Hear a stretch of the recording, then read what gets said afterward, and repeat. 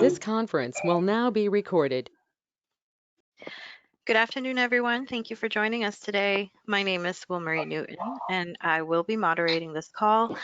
I ask that you please mute yourself in order to avoid background noise while the presenters are speaking. However, you can unmute yourself if you would like to ask a question, or you can type it into the chat box.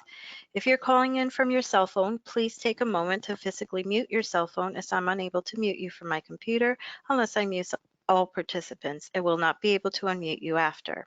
Just as a reminder, this meeting is being recorded and will be archived on CABE's website under services. Bob? Thanks, Wilmarie, and welcome everybody to our board chair check-in and our updates. We appreciate you all spending the time with us, providing input, providing your discussions at this sort of critical time in our nation and our state. I think I'd be remiss if I didn't mention that we are going through a time that I've never seen since the 1960s, and I was pretty young then, but I saw riots, I saw watch burning down, I saw what happened in Detroit and Washington. I think we all have an obligation to work more on social justice.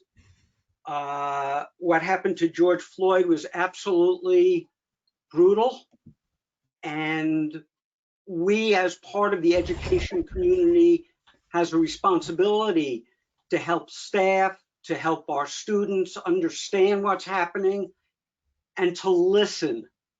In all the things that I've been reading, and every organization I know has put out something, the most important thing to do, especially for us white people, is to listen. Listen to the heartache, listen to the bias that our people of color are sharing with us. And I'm proud, Don and I, President Don Harris and I put out a statement yesterday. He just wrote a statement for his community that I thought was right from the heart.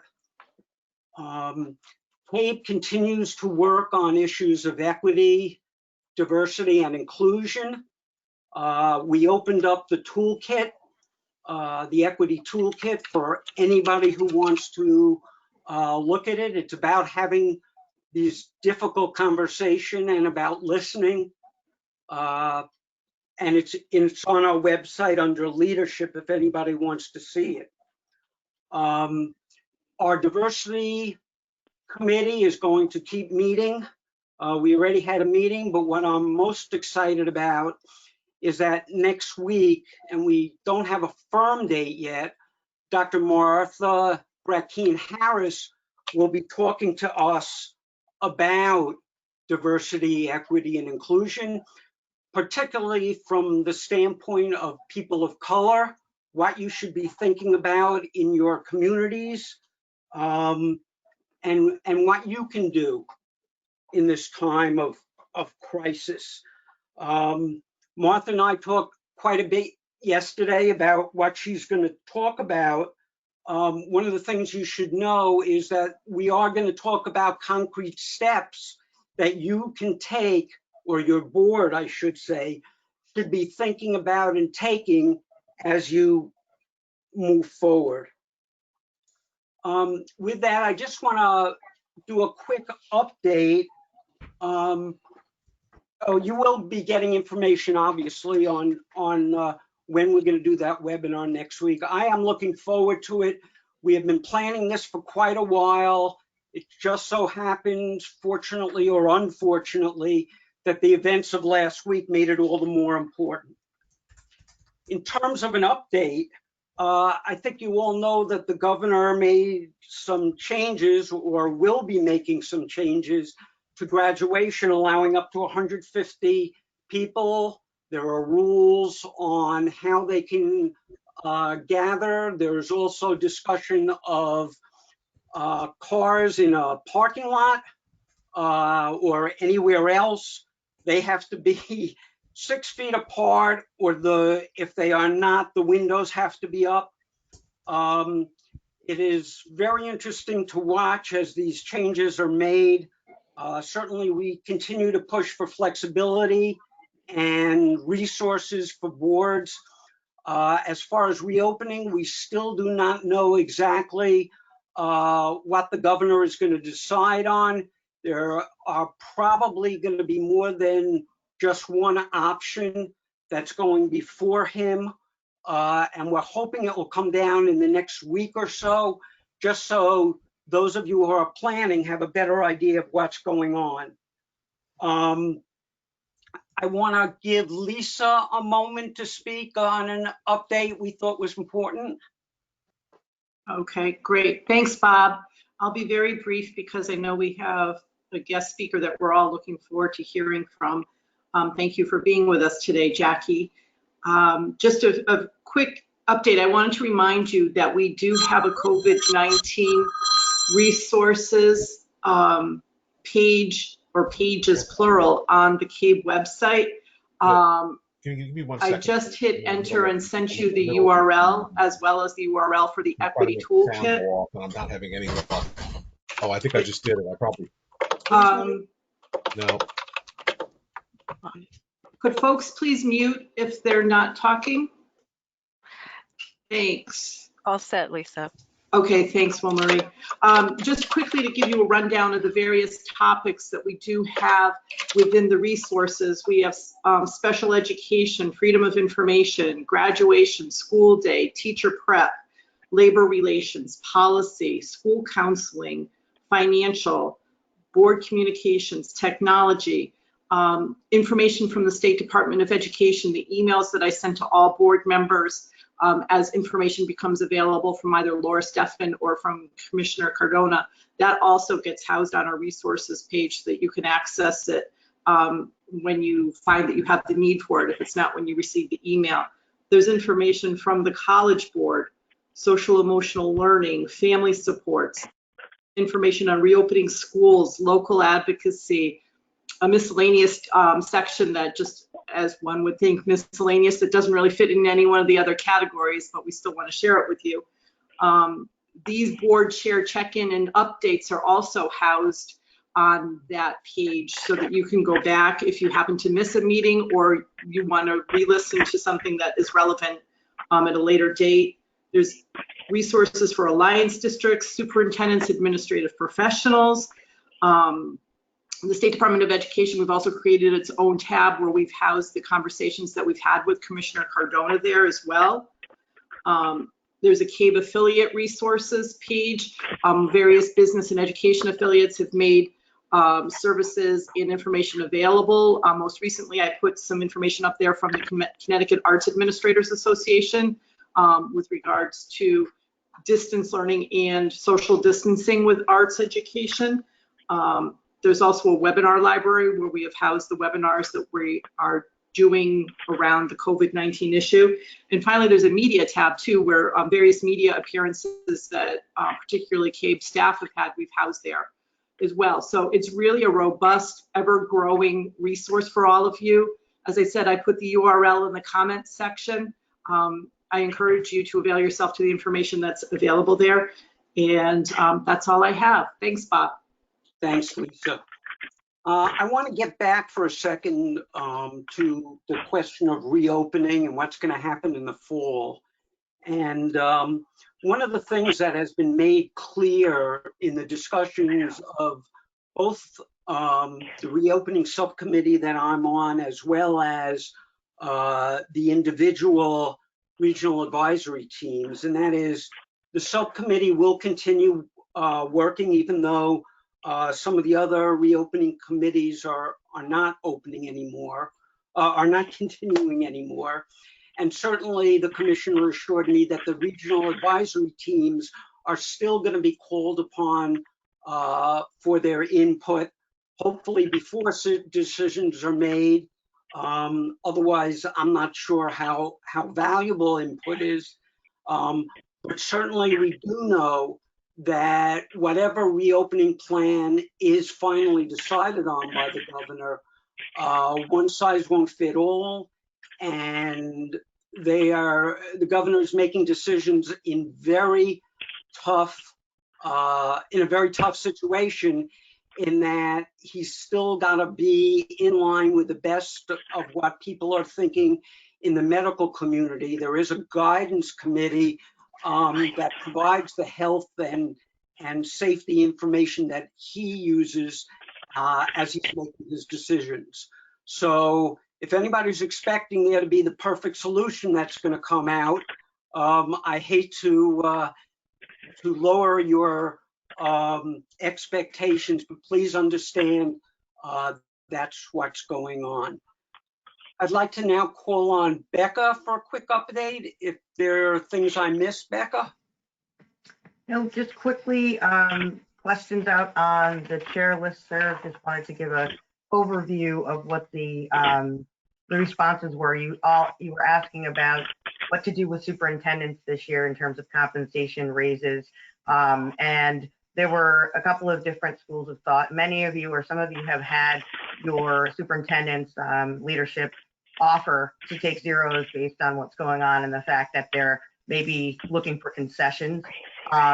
Another route that has been gone, which sometimes works well, is that folks already had this addressed in their budgets because they did their evaluations last year and set goals, and at that time voted on what that would be. And so it was part of the transparent budget process that everyone was already expecting. A great number of you were sort of in flux with it, getting ready to do evaluations and looking for alternatives. Some of the alternatives that came up when you were looking at, well, this is just too uncertain right now, we don't know, and it's bad optics overall, were around annuities or other benefits. A couple changed or lowered the premium share for insurance, looked at vacations and those sorts of things. So I will and have been hooking you up with one another to talk directly about those items. Also, it came up that in a number of cases, what you're doing, especially if you are doing zeros, is having some kind of statement around what you would like to do, depending on your circumstances. If there was good work done, but that you're recognizing that this is a difficult time. Summer school, you mostly came down in the same place, which was the barriers were staffing and sort of the requirements being very difficult and not knowing sort of how to keep masks on folks, also, and the costs, that you're doing it mainly from virtually mainly, and then working with families to see on individual basis for those students that really cannot access it that way. And I just wanted to bring up briefly, or Sean brought up a question yesterday in the governor's guidelines. It refers to a 50-50 plan and implementation of asynchronous and synchronous learning. And it's a guideline we've learned from the SDE. It's not a requirement. They're encouraging you to do that, meaning that you have it's all about remote learning. This is not in person, but that, a good portion of that, or, half, if you can, be that sort of real live in person over remote feedback from students and parents about needing to connect with all of you. I did get some questions today about Title IX regulations. Please be sure Vin Mastaro has been working diligently. He's come up with an incredibly thorough reg that he's working to finalize, and you will be seeing a sample of that when he's finished doing the great vetting process that he does. Thank you. Thank you, Becca. So for today's check-in, we asked Rebecca Whiting, whose formal title is Innovation and Technology Director at CES, to speak to us. I want to thank Chip DeMay, and I want to thank CES for lending us Jackie at this meeting. She spoke a while back on our technology webinar, and we were all very impressed, and we thought she could do a great job for us talking to board members about what's happening with distance learning. So thank you again for joining us, Jackie, and the floor, such as it is yours. Thank you so much. Thank you for having me. And I am just going to go into screen share right now so that you can see There we go. All right. Are you looking at my slides? I just want to be sure because this is a new platform for me. Awesome, awesome. So thank you very much for inviting me to come back. I enjoyed the last session that I attended, and I also wanted to reiterate some of the thanks that I saw in the chat to Bob for how you started this session with everyone, and it makes it feel a little safer for me with some of the topics that we're going to talk about, and also just some of the ways that that I want to explain to you who I am. So yes, I am the Innovation and Technology Specialist for PDS at CES. So that's one of the credentials that brings me here today. I'm also a Google certified innovator. So beyond being level 1 and level 2 certified, I'm part of the innovator cohort. And if you follow us on social media, our hashtag is Google EI. I'm certified in 2 areas, social studies, 7th through 12th grade, and library media, K through 12. And I have worked for 27 years as an educator in Connecticut. I've worked for 5 different Connecticut school districts over that 27 years. I'm also an author.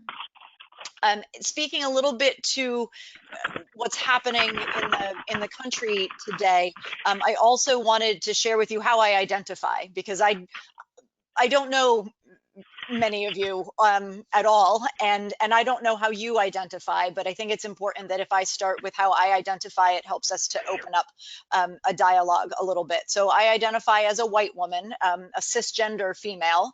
I'm straight. I define myself as maritally ambiguous, and I do answer questions about that if people are inclined to ask. I am both a parent and a partner, and those lenses and those elements of who I am affect how I approach teaching and learning. So I thought it was important to open up with all of that information. So Nick did an awesome job of framing today for me by sending me some questions that the boards are wrestling with and that school districts by extension are wrestling with. And so I'm going to follow that questioning path through my talk today. And by all means, feel free to unmute and pop in questions that you have at any time. So one of the questions is the immediacy of what we did. What have we learned from that? Going from everybody in school one day to nobody in school within about a 2 or 3 day window. And one of the first things, and this was said at the last session that I attended, and I thought it was important to lead out with this, is that just about everything comes back to relationships. We knew that, and this has been borne out in both the concerns people have had doing this kind of work and in new ways that people have found to forge these relationships. But doing this work comes back to building the relationships first. Also, we've realized that people are capable of an awful lot when urgency prompts that necessary change. Nobody that I'm aware of, nobody quit, nobody stopped, nobody said this isn't what I signed up for and I'm not doing it. There are really exhausted people that now. There are people who may be rethinking what their plans are for the fall, but the urgency of the situation prompted people to pull together and do the best that we absolutely could. And then what we found in that is that people who we least expected to be resilient and to thrive in the circumstances of uncertainty, people who we may not have seen as risk takers, actually were, and they rose up and they became leaders that we hadn't previously identified. But to that end, people who perhaps we expected to be leaders and we expected to be resilient weren't as resilient as we had hoped they would be. And it's important for us to try to figure out who people are when it comes to that resilience and be able to take care of them as they need that caretaking. We realize that we cannot ignore inequity, and I'm not saying that anybody was ignoring inequity. What I'm saying is the impact of the inequity that we experience across the state of Connecticut was exacerbated by this situation. And so it has to be a part of what we do going forward. And when we're talking about the differences between people and families and learners and teachers, I think we also have to pay attention to how particularly difficult this was on the special ed students and the population of teachers who work with those students, particularly students with profound neurodiversity and profound learning needs. So that's what we learned from quick implementation. What we learned from our ongoing reflection over the last 6 to 8 weeks is that each of us reinventing the wheel is really not an efficient use of our resources. While the districts are varied, and while districts and schools and individual educators have particular needs or particular issues and particular talents and strengths, there are some pretty profound ones that we share, and pooling resources to address those either across a grade level, across a school, or between districts, I think is really important going forward, figuring out how we're going to do that. We also have to keep in mind that 3/4 of the year was uninterrupted. So when we start to talk about the disruption and our concerns about what students have learned and what students haven't learned, and how much curriculum was implemented and how much curriculum has fallen by the wayside, 3/4 of the year was still intact, and that's the basis on which we can start to build for next year. So that to do that, what we need now are vertical teams, right? Who are going to start to look at what the scope of the curriculum is, what a student in a normal situation would have experienced by this week, next week, the week after, when school ends, and how do we incorporate that into our planning for next year, given the uncertainty of where students are over the last 8 weeks, which really means that rather than beginning next year with review and the assumption that students didn't learn, that really we're in a place where we need to begin our year with formative assessment to assess what students did learn and where there are maybe sporadic places that review might be necessary, or only certain groups of students where review might be necessary. So to again reiterate what I heard Bob say, the one size fits all approach, you're going to hear me say it again later on in this presentation, isn't going to work, but the best education practice of formative assessment is going to be our friend right now. So going forward, there's a few things from where I sit that are perhaps board priorities or drivers for decisions that boards might be making in the fall. One of them is to recognize that while distance learning might be new for the state of Connecticut, digital learning is not new.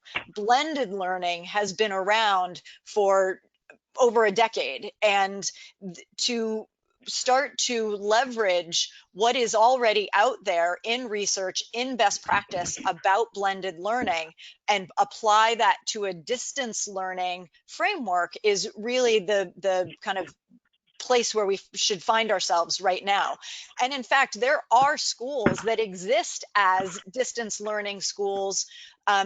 The example that I'm providing, that I suggest anybody reach out to, because they are really prolifically helping other school districts right now, is the PSD Global Academy, which is in Fort Collins, Colorado. It is a comprehensive distance learning school in that students in the school spend 2.5 days a week in a brick and mortar environment, or they did before the closures, and 2.5 days of the week learning from home in those same classroom groupings and with those same teachers. And so the PSD Global Academy really has some excellent frameworks that I think could be really helpful to school districts as we try to plan for what's going to be a fluid teaching and learning environment in the fall.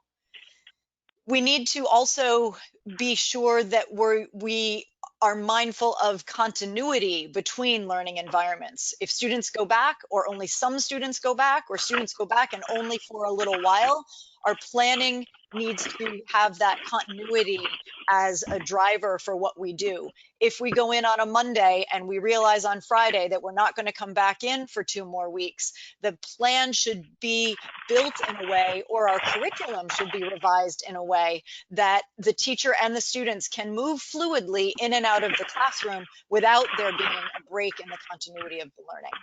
Jackie? Yes. Hi. Can you give me 1 second? I need to mute Sure. since we're getting a lot of feedback, and then you can continue. You got it. Thank you.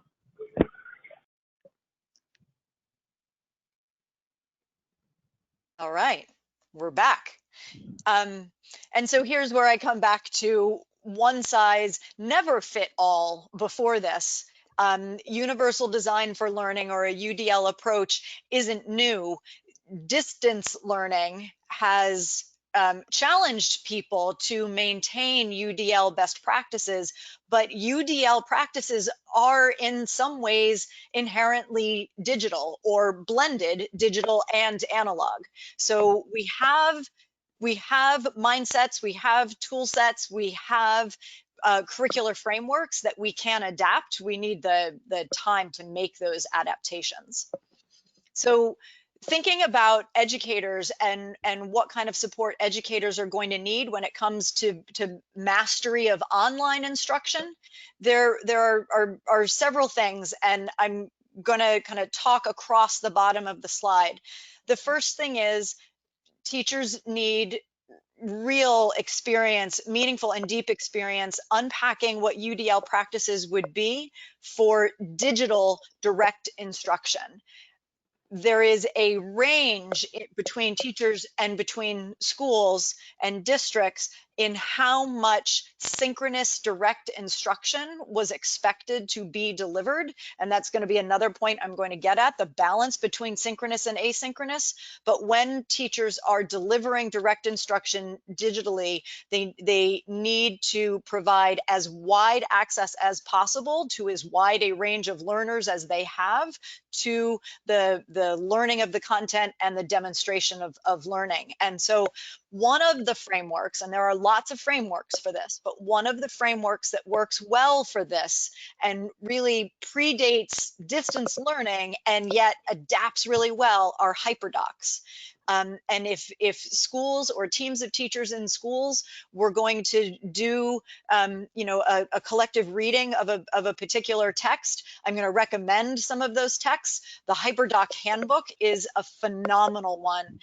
Lisa Highfill, Kelly Hilton, and Sarah Landis they call themselves the Hyperdoc Girls, and they have hyperdoc.co is their website, where they crowdsource these documents that are being created by teachers around the world that anyone can take and adapt to their curriculum or to the specific needs of their students and infuse with the resources that they're comfortable using with their students. So that would be one resource I would highly recommend be in people's professional library for teachers going through this.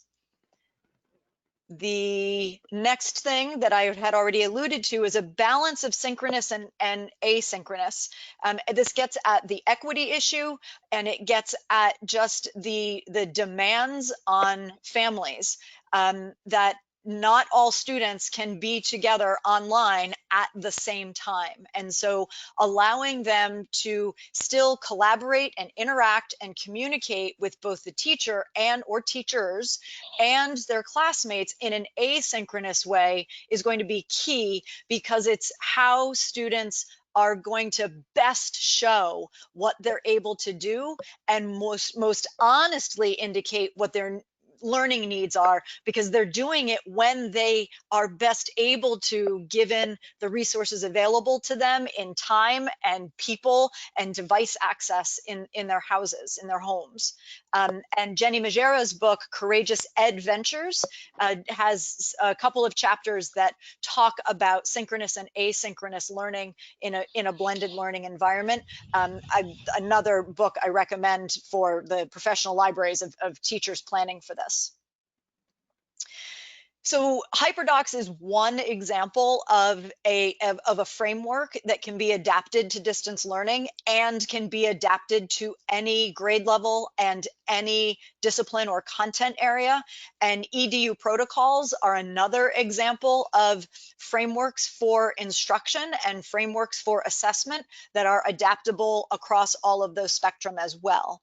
And the great thing about EDU protocols and about the HyperDocs is teams of teachers, say across a grade level, third grade teams could get together and divide and conquer who's going to adapt EDU protocols to science lessons, who's going to adapt them to math, to writing, to reading, and build the set of materials that teachers need for distance learning and digital instruction. And yet the students on the receiving end, once they learn a protocol in one of those discipline areas, know what the protocol is as they move into other discipline areas and can quickly adapt, and it expedites the process for everybody of adjusting to the distance learning when the protocol stays the same content to content area. Finally, or not finally, but next, collaborative engagement has to be balanced with individual work.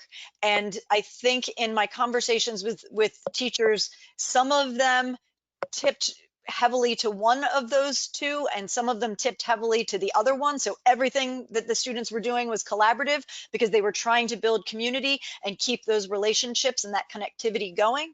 And some lent entirely to individual work because of the difficulty of getting everybody together. There needs to be a balance between that, just as there was when we were brick and mortar in the classroom. Students are learning collaboration skills, which are essential for them when they are engaged in collaborative engagement, but they also need to have that individual accountability and the individual agency over work. And so we have to continue to balance that even when the work is digital. So places like Flipgrid are places where students are both collaboratively and individually accountable. If a student is responsible for making a post that shows their learning, demonstrates what they want to contribute to a conversation, but also gets to reply to other of their classmates, there's the collaborative engagement piece. And the student who's not willing to put forth their individual work shows a hole in the conversation that the class is trying to have about the content that they're trying to learn. So finding those websites like Flipgrid and Wakelet and things like that are really important.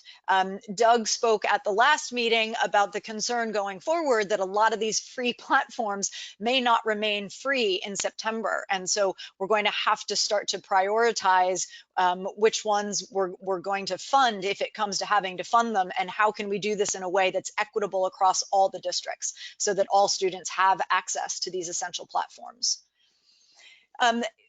Frequent formative feedback shouldn't be anything new, and it's not anything new to teachers or to students.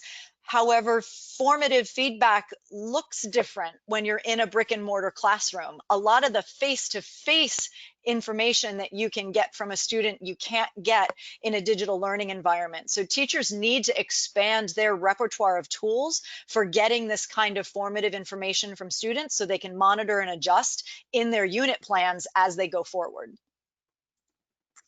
And then personalizing instruction from a distance can be a challenge, but it is not impossible.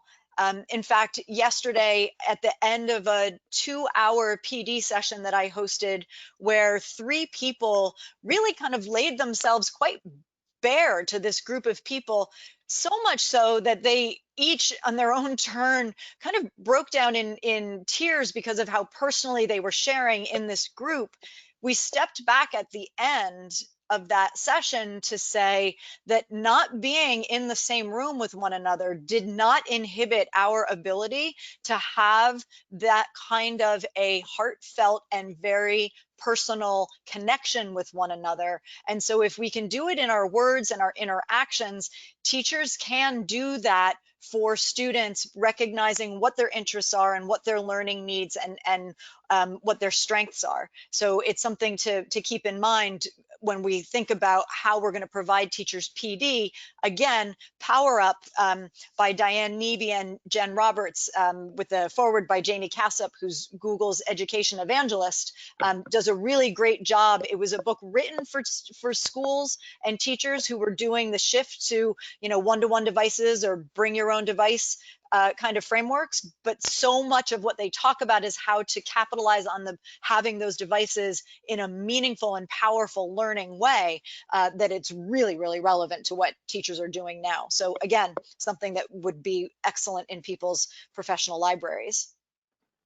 And then finally, because students are not in a brick and mortar place where their work is being displayed in a classroom or they're being validated in an in-school sharing of what they can do way, real world application of their learning is really important. And for teachers who are nervous about students branching outside of the classroom or have not yet adapted to how I take the stuff of the curriculum and turn it into a demonstration of why this is something that students need in their content background or in their skill sets in order to thrive in the world, then that's PD that teachers are going to need.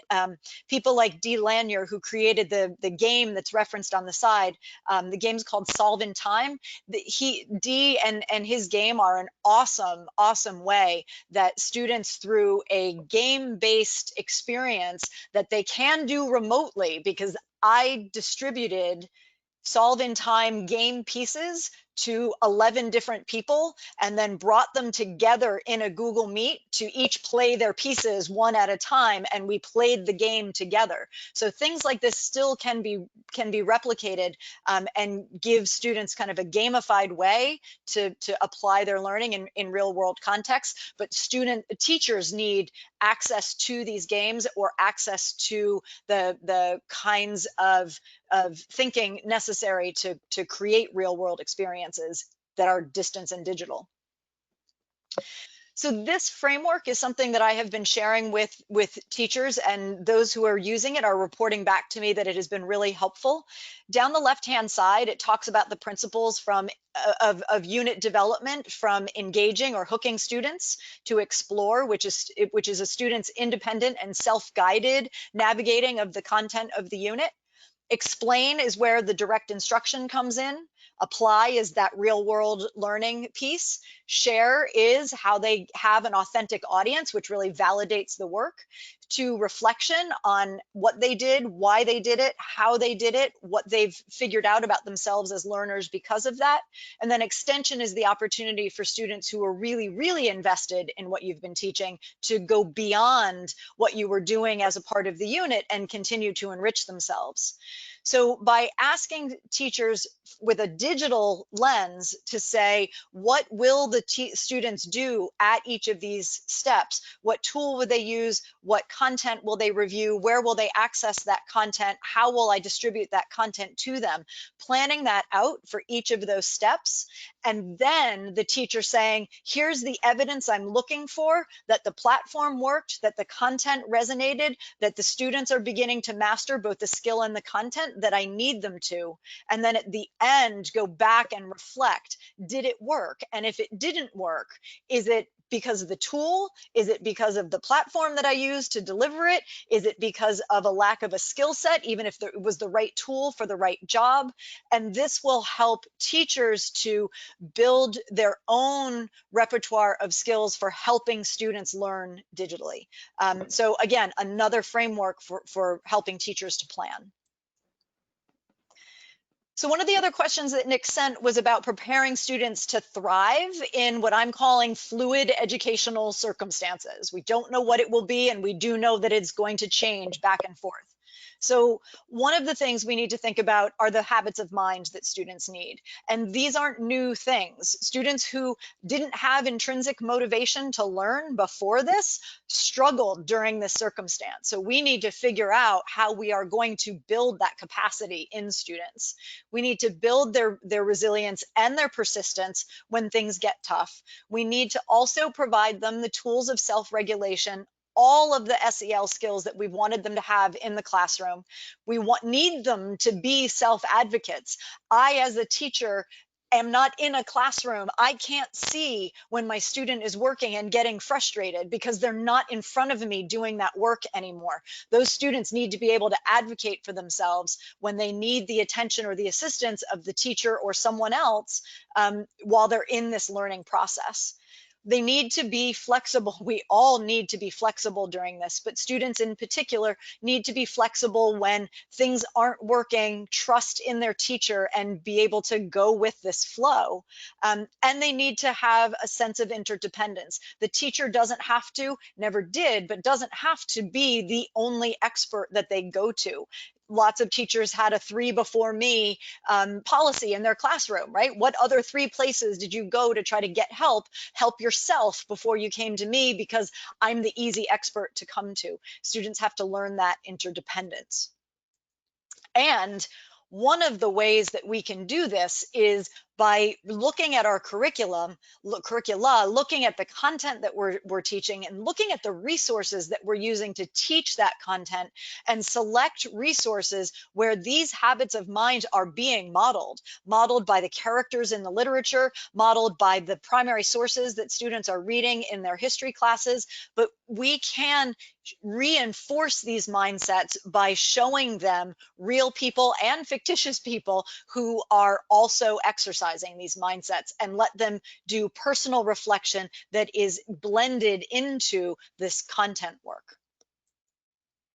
And then we need to think about their skill sets, right? So we need to think about communication, of course, is a skill that we've been working on students with, but now when they're not face-to-face, we're looking at a narrowed set of communication platforms and mechanisms, and we need to help students develop habits of clear and effective communication across these digital platforms, to know their audience, to know how to craft an email at the very minimum.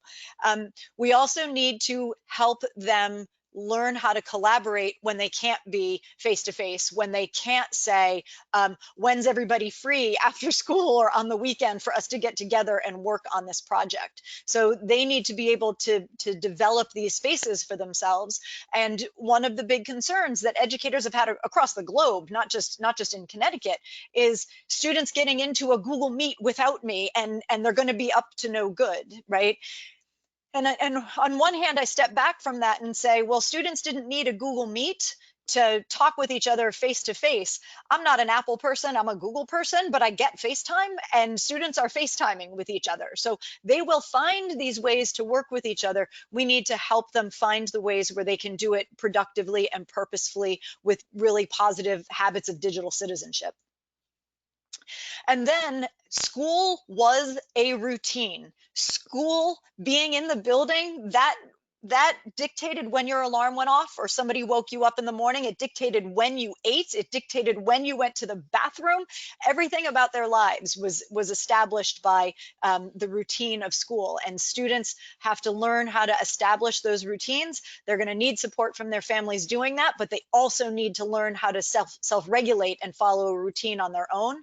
And that, along with the routine, goes the schedule. Once schools decide what the online and offline schedules are going to be for the fall, students have to learn how to set alerts for themselves so that they get online at the right time and do all of this. There are lots of ways in which they can help themselves, but they may not know them because they haven't had to use them until now.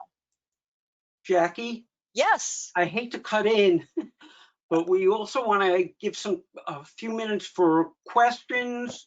You got it. We can send the presentation to everybody. And then we want to let Patrice have a conversation with any time left afterwards. And I have no problem going a few extra minutes, but I just want to make sure we get everything done. You got it. So what I'll do is I'll click through and let you Okay. see the highlights, and then I will also give you a published to the web copy of the slides so people can have them as a reference. Thank And you. then I'll take questions and I'll hand it over to you, Patrice. It's coming your way. So looking at parents, I kind of divided this into a what and a how. So parents need their own digital citizenship, technology skills. We tried to build community partners for them with college students who were pre-service teachers. That was marginally successful. They need open communication channels, and they need to know what the new curriculum is, because that is going to change for their students for the fall. And so the how to do that is we need to start to create workshops for caregivers. I participated in some of them with the 6 to 6 magnet school, regular community meetings of the teachers and the students, the teachers and the parents together. These volunteer networks, who in the community can we leverage to help parents? And they need their own SEL support and strategies and training for how to help their students with this. And then when it comes to equity, we need to confront racism and implicit bias. It is something that is exacerbated even without the incidents that have led people to protest. It's something that's being exacerbated by this situation. We need to look at students' connectivity, students' device access. We've done that already in a lot of this. We need to recognize the differences in familial resources and the demands on different families. Some families where parents are going to end up back at work. Some parents have the luxury, I consider it a luxury now, to be able to work from home. That's not universal. So we need to do a curriculum review that takes into account those issues. We need to implement anti-racism measures and anti-racism training in our faculty. Hotspots and device distribution, we did. Community supports. Looking at how districts can help one another with equity issues, and then also looking at ways to be flexible about the synchronous scheduling. And digital alternatives don't have to be worksheets. And that's a big conversation that we can have. I'm going to share with you again these slides. This is based on a survey. We've had 69 people respond so far that we sent out. And what we asked is challenges that teachers faced and overcame during the school closure. The two big ones are the educator not having digital tools, that over 40 of the 69 said they overcame that. And the other one is that almost 50, well, 47, I think it said, that they were able to adapt their curriculum to distance learning. Challenges they overcame. Here are the challenges they're concerned about in the fall. They had all the same things to choose from. They're concerned about inconsistent communication with families and students. They're concerned about how to assess for student learning. And then the third one is they're concerned about maintaining relationships with their students. And I started with relationships and I'm kind of ending there. So this chart is in the slides I'll share with you. It's those two things mapped one against the other. And so you can see that even though there's lots of people who think they overcame these things, there are lots of people who think that those are still going to be challenges for them in the fall. So this is something to keep in mind. So letting everybody know that to help out with this, at CES, we've partnered with EdTech Team, which is based out of California, and they're a Google for Education partner. And they're going to be doing 2 workshops. One's called Leading Transformation. That's a workshop for district leaders. It's 2 mornings, June 22 and 23. It's $50 per administrator who attends, and for every administrator who attends Leading Transformation, that district can send a teacher for free to the other workshop, which is Best Practices in Distance Learning. That's geared toward classroom teachers. So we have those 2 going on, and this is the information for how to register. There's also our Facebook group that I told you about last time and our app. I'm done. Q&A and off to Patrice. Thanks so much, Jackie. That was great. I wish we had more time, but maybe we'll have you come back a third time. That was really great. Patrice, you could ask for questions or just start our discussion. Well, why don't we see if there are any questions for Jackie? The slides will be made available, and as you know, because there were some questions about that, and this, like all of our board chair check-ins, will be recorded and available on the CABE website. So questions? This is Nick. I've got one if we could. Sitting in as a fly on the wall in one of the regional advisory team meetings, there was a lot of talk about the different scenarios we're going to look at in the fall, a lot of them in meaning split schedules or whatever, but it seemed like they were focusing on elementary students getting face-to-face instruction and depending on more digital learning for high school students. Now, my grandson, who's an 8th grader, was getting all A's and B's prior to COVID. Now he's failing everything because he is not engaging appropriately. What are we going to do, Jackie? What can we do for kids like that? How do we reach them and get them to become digital learners when they haven't been successful doing that so far?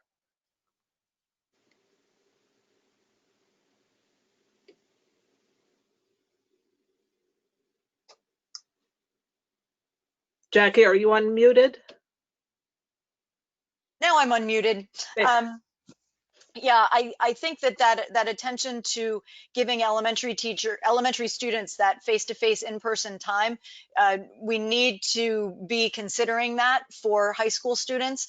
I think another thing to consider for high school students, and this is something that the teachers themselves can do, is not trying to engage 25 or 30 students at a time in virtual sessions, but trying to engage 3 or 4 or 5 students at a time in those virtual sessions, so that those students who are withdrawing and who are pulling back feel that there is a little more intimacy to the attention that they're getting, and that someone actually is seeing and hearing and interacting with them.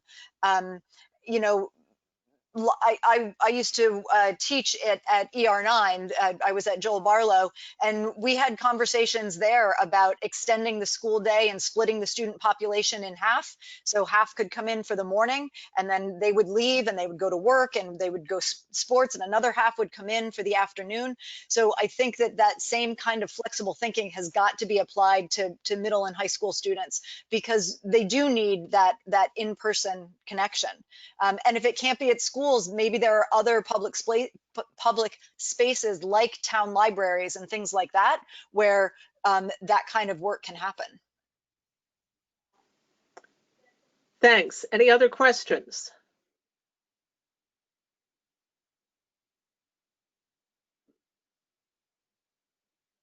I'm trying to practice good virtual wait time.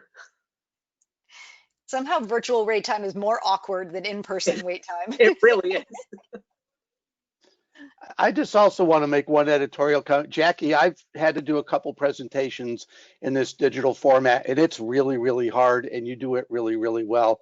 And I just want to give you kudos for that. Thank you. I appreciate that. Thank you.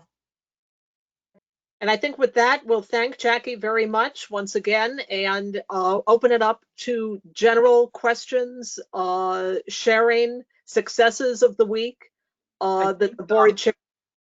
Yes, Bob. I'm sorry, not my question. I think Liz had a question. She was struggling a little to unmute, I think.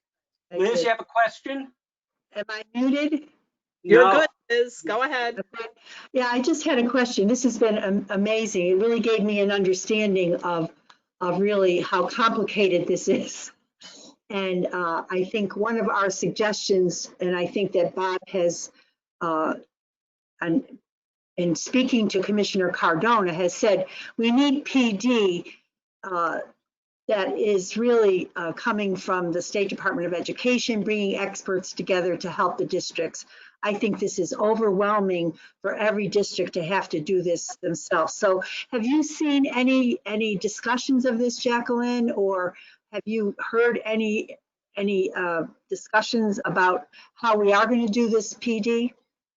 I haven't been a part of the discussions. I know my boss at Professional Development Services is Esther Bobowick. She's the director of PDS. She has been in conversations with different people at the State Department of Education about what this looks like and about bringing the 6 RESCs together to facilitate this kind of PD.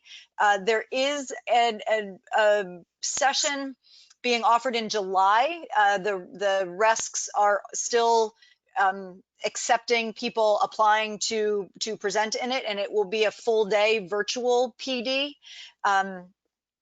Other than that, I don't know what the plans are from the State Department of Ed, but I do agree that each district trying to finance this on their own, find the right people on their own, becomes really onerous.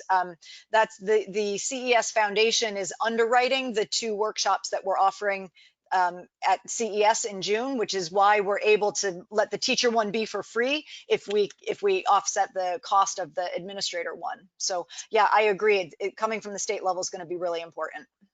Thank you. This is amazing work. Thank you. You're welcome. Great question, Liz. Julie had a question as to what the dates are for the CES workshops. Jackie, Yep. could you give those again? Yep, the administrator workshop is June 22 and 23. That's a Monday and Tuesday, and it's from 9 to 11:30. And the teacher workshop is June 24 and 25, also from 9 to 11:30. That's the Wednesday and Thursday of the same week.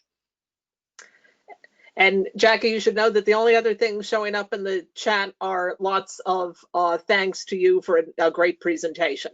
Oh, absolutely, my pleasure. Thank you so much for having me back. I really appreciate it. Great. Stay well. Thank you. You too. Bye-bye.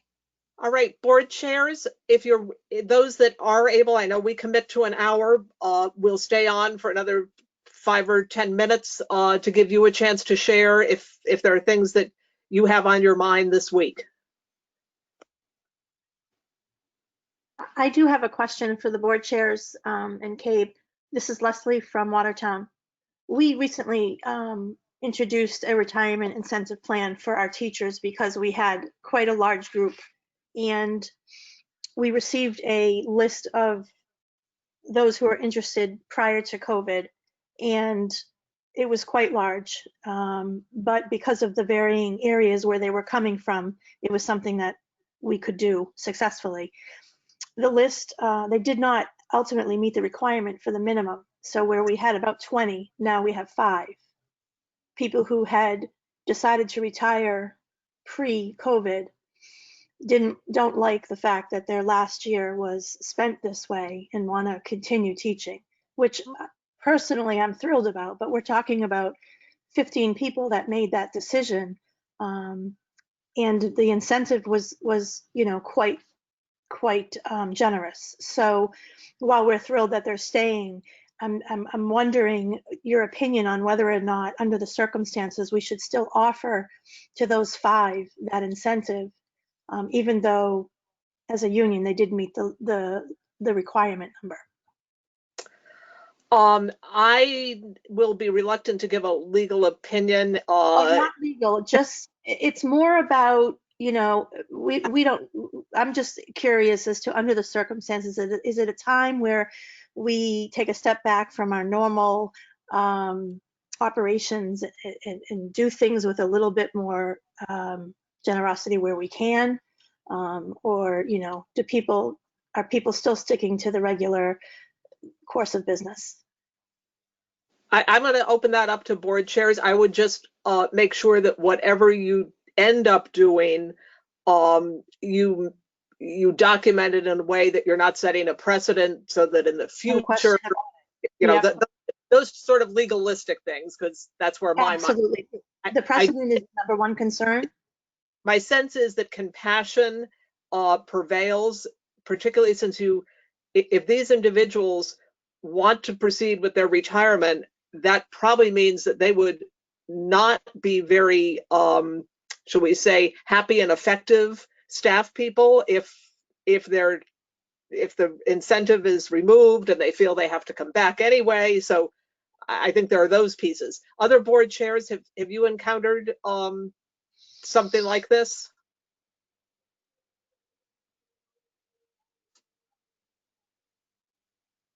Hi, this is Peter Bernstein in Greenwich. We actually just offered an early retirement program. We did not get the numbers we wanted, so we're going to be revoking the program. And what's interesting is the union had polled their members, and it looked like they might actually have more people than the minimum. So it's surprising what the outcome was. You know, we talked about whether teachers would be upset if we revoke the program. Quite honestly, we really don't have much choice because economically it makes no sense for us to move forward with it. There really was no savings, and in fact, there was a bit of a cost to it. So we're hoping for the best. You know, we also don't know what the fall will bring in terms of teachers wanting to actually be back in buildings. That's still a big unknown for everybody. Thanks. Any other input? Thank you.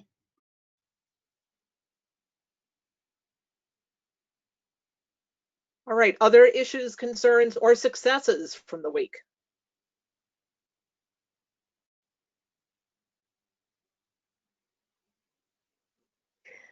I'll share again, Lesley from Watertown, in regards to the protests that are going on and the killing of Floyd. I'm curious how many superintendents in your district sent out messages to their community or their families or their staff and faculty.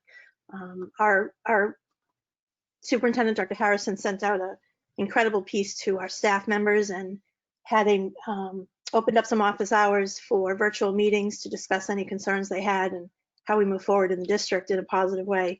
And he had quite a handful of teachers participate in one this morning. Great. Others?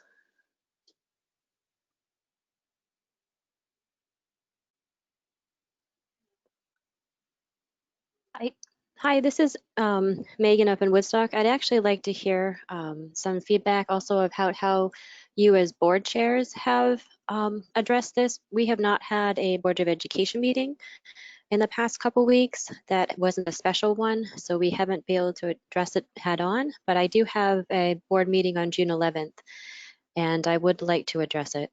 So any thoughts or advice that you all have, I would appreciate it.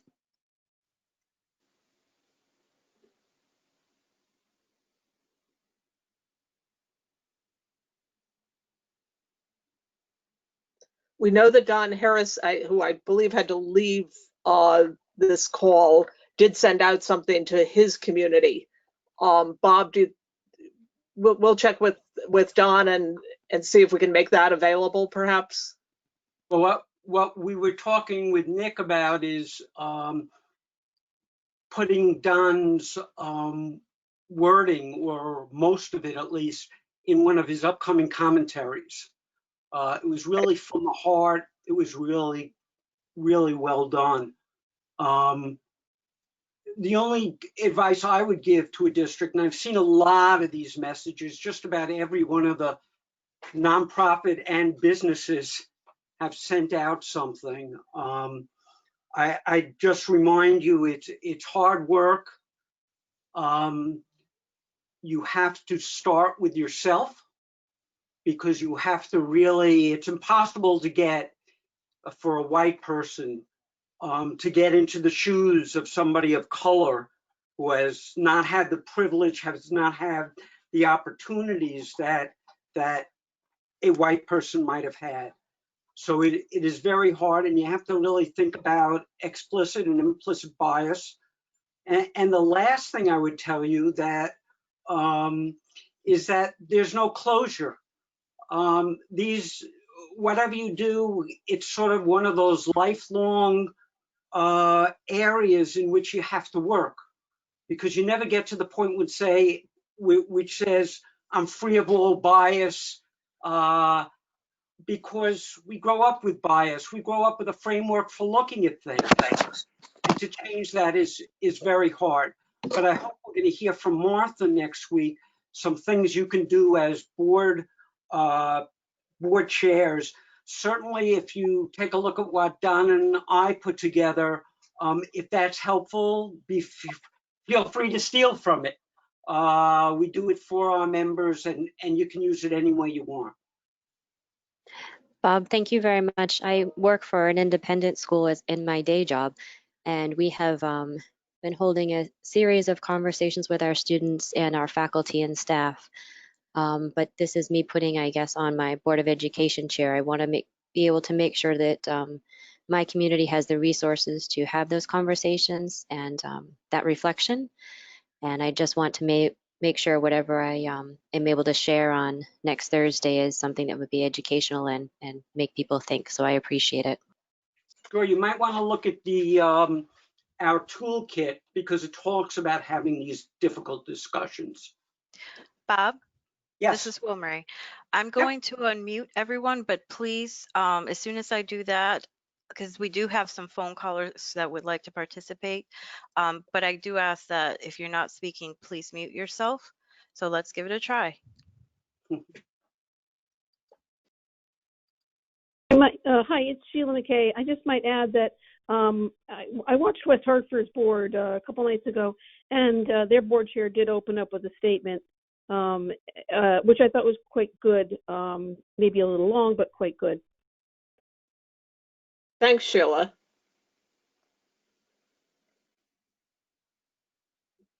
And there was a note in the chat that the Portland board chair and superintendent each released statements, and the board chair is going to share those with us. Other comments? Hi, this is Fiona from the Torrington Board of Education, and I wanted to swing back to graduation if possible. Absolutely.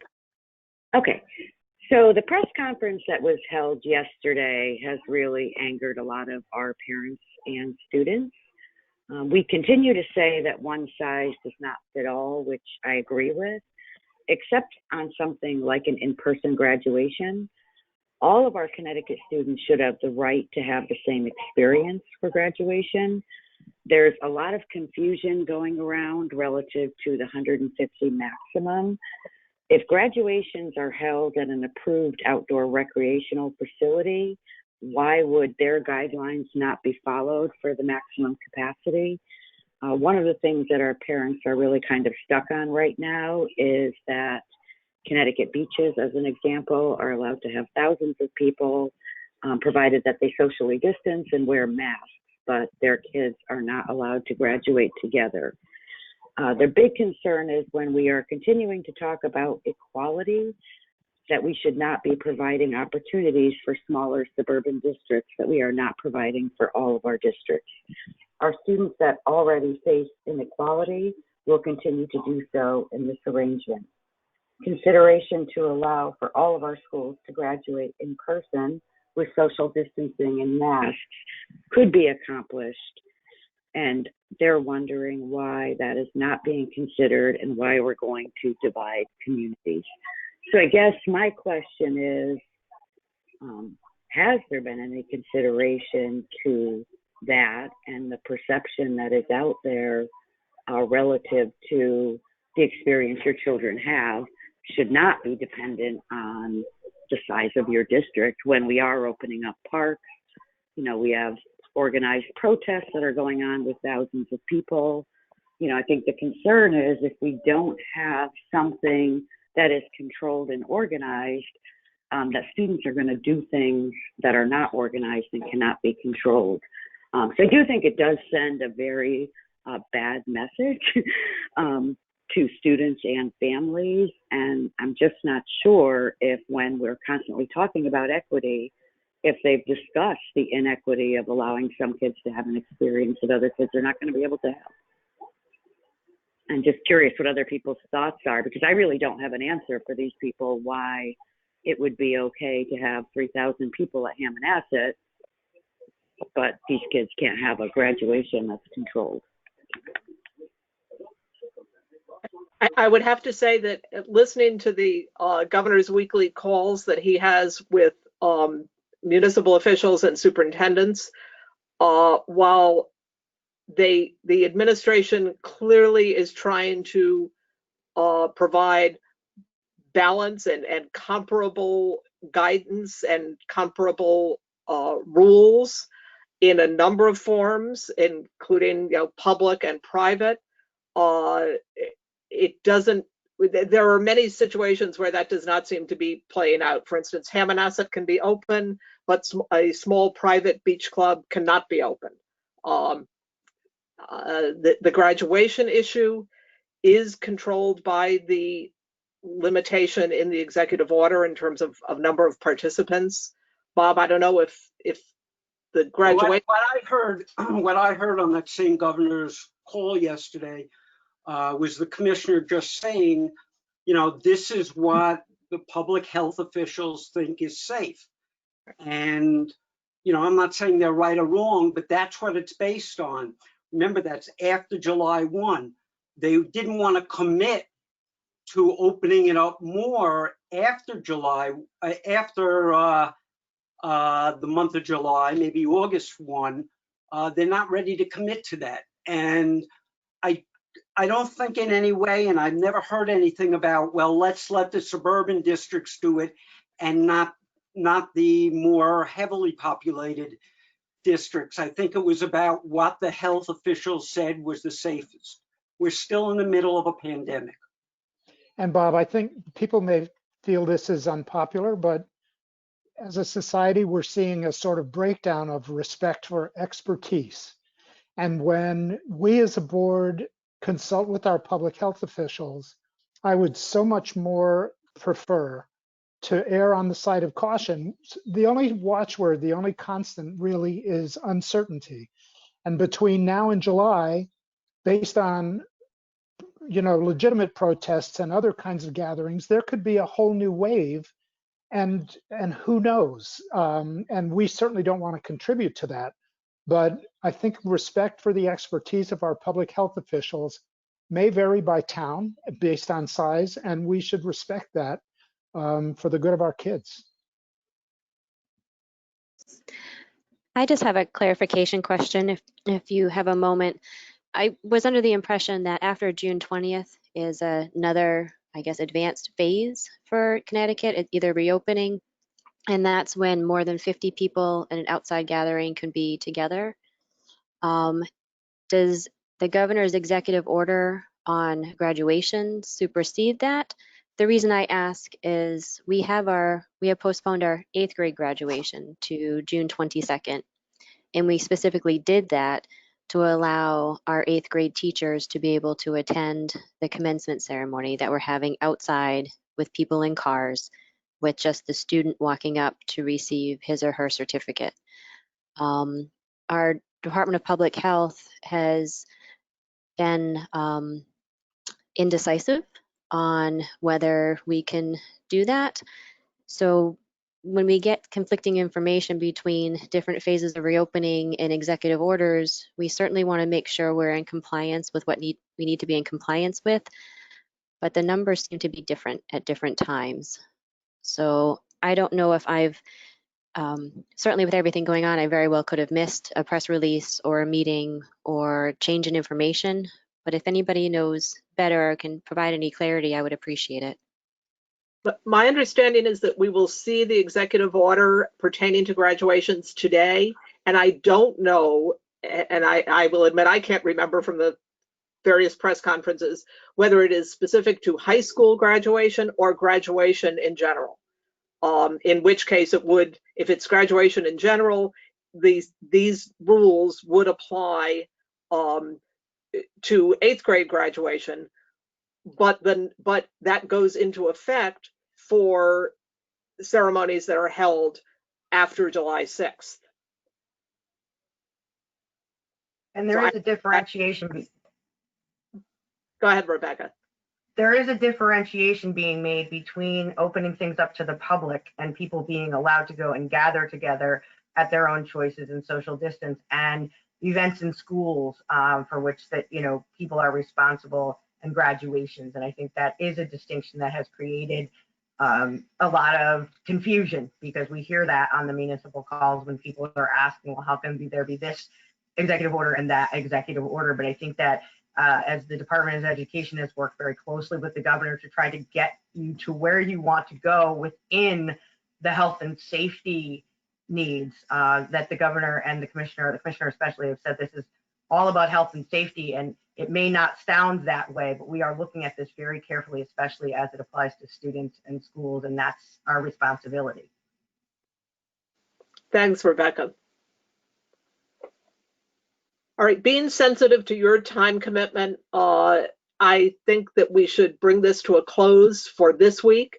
We will be back again next Thursday at 11 a.m. If you have specific issues that you want to make sure we address, please put that on the listserv or send one of us an email, and we'll make sure that we allow enough time to get to those issues. With that, on behalf of the CABE staff, we hope that you stay safe and healthy, and we look forward to talking to you again.